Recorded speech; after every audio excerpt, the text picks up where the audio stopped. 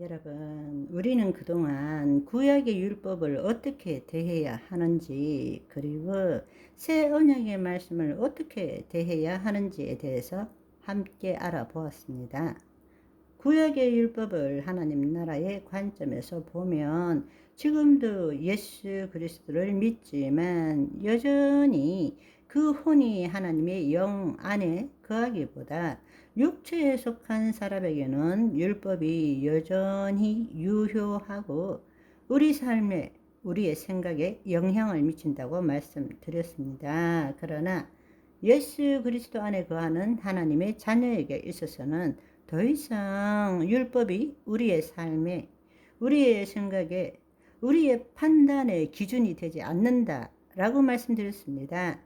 왜냐하면 율법은 하나님의 영이 없는 백성들에게 하나님의 법과 또 죄가 무엇인지를 알려주기 위해서 하나님이 주신 것이기 때문입니다. 따라서 하나님의 영 안에 거하는 자에게 있어서 거짓자는 이미 율법에 대해서 죽은 자이고 율법을 완전케 하신 예수 그리스도 안에 있는 자가 바로 하나님의 영 안에 거하는 자입니다. 따라서 예수 그리스도 안에서 예수님께서 완전케 하신 율법을 이루는 자로 살아야 합니다. 우리가 율법 밖에 있을 때는 율법의 판단을 받게 되지만 율법을 완전케 하신 예수님 안에 있다면 우리는 더 이상 율법의 판단을 받을 이유가 없는 것입니다. 오히려 예수 그리스도 안에서 예수님께서 완전케 하신 율법을 이루는 자로 살아가게 되는 것입니다.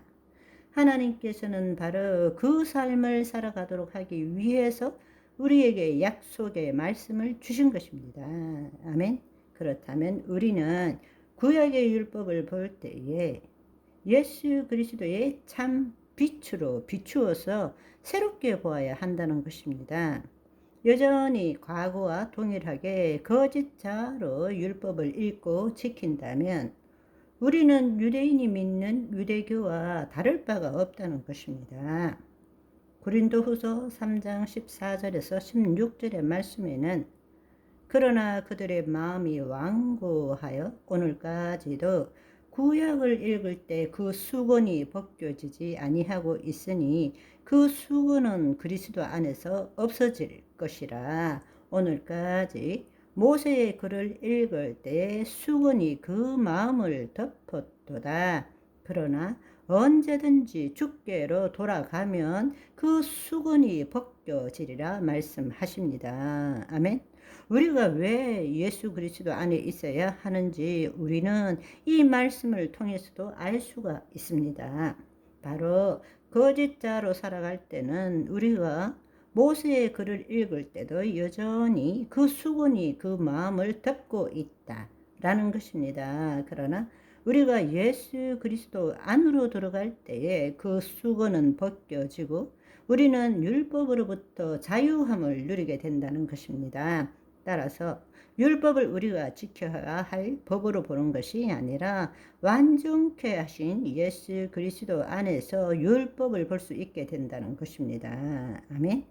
신약의 말씀을 볼 때는 예수 그리스도 안에서 즉 하나님 나라의 관점에서 볼 줄 알아야 한다는 것입니다. 그런데 안타깝게도 바로 우리가 물과 성령으로 거듭났음에도 불구하고 우리의 존재가 영적 존재임에도 불구하고 우리의 정체성이 무엇인지를 알지 못하고 여전히 구원 전에 우리가 주체였던 거짓자로 신앙생활을 하게 되면 우리는 말씀을 그리스도 안에서 보는 것이 아니라 내가 말씀을 볼 수밖에 없다라는 것입니다. 그럴 때에 성경 말씀 골로새서 3장 9절 10절에는 너희가 서로 거짓말을 하지 말라. 옛사람과 그 행위를 벗어버리고 새 사람을 입었으니 이는 자기를 창조하신 이의 형상을 따라 지식에까지 새롭게 하심을 입은 자니라 말씀하십니다. 우리는 이미 새 사람을 입었습니다. 아멘. 하나님의 영이 우리 안에 임하셨기 때문에 그리스도 안에서 그분의 본질을 나타내는 진리의 말씀으로 우리 몸이 새롭게 되어야 한다는 것입니다. 이 말씀은 예수 그리스도 안에서 우리의 생각, 우리의 감정, 우리의 신체를 새롭게 해야 한다는 것입니다. 아멘. 성경의 로마서에는 영으로서 몸의 행실을 죽이면 너희가 살리니 라고 말씀하십니다. 우리가 예수 그리스도 안에 있을 때 율법으로부터 자유함을 누리게 됩니다. 왜냐하면 율법에 대해서 우리가 죽은 자가 되기 때문입니다. 또 그렇다면 신약의 말씀도 예수 그리스도 안에서 볼 줄 알아야 합니다. 내가 볼 때는 그 말씀이 율법으로 변할 수밖에 없다는 것입니다. 그러나 그리스도 안에 거할 때는 바로 우리 몸을 새롭게 할 수 있는 수단으로서 하나님이 우리에게 임하신 것입니다. 그것이 말씀이라는 것입니다. 신약에서의 말씀의 목적은 무엇일까요? 우리가 신앙생활을 하면서 정말 가장 중요하게 여기는 것이 성경의 말씀 아니겠습니까? 우리가 성경의 말씀 없이 신앙생활 한다라고 생각해 보면 그거는 불가능한 일입니다. 그런데 왜 그렇게 열심히 말씀을 보면서 신앙생활을 하는데도 변화가 없을까요?